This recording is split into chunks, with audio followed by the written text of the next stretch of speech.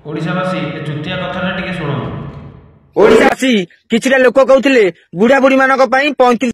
ओडिशावासी किछि दिन पूर्वर कथा मन पकांतु ए चुतिया भी सही कथा कहउतला।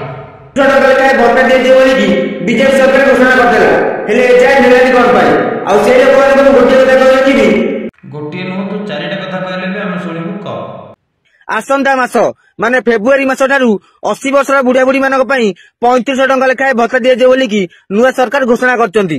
जदि आपण माने देखि नांती जांगे टे न्यूज देखि नै आसंतु।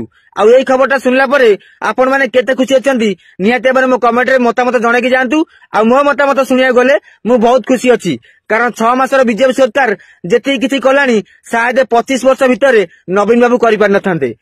भाई चुतिया को गोटे कथा कहबी जदि वीडियोटा चुतिया पाखरे पहुंचबो निहाती भाबरे मते कमेंट करिक से जणेबो। किंतु 24 वर्ष भितरे नवीन सरकार जहा करिके दैछथि ओडिसा को तम बीजेपी सरकार 24 वर्ष कोन 60 वर्ष गले भी ता करि परिबोनी। एटा तो केबे भाबी परनथु कल्पना करि परनथु। एबे भी जानि गलानी ओडिसावासी बीजेपी सरकार कोन करबो आगु पंचायत इलेक्शन आछि देख बीजेडी कोन पावर अछि बीजेपी रे कोन पावर अछि। ठीक अछि लोक ही कहबे जनता कहबे ता उत्तर जनता देबे तम बीजेपी सरकार कोन करि पारे कोन करि पारिबो।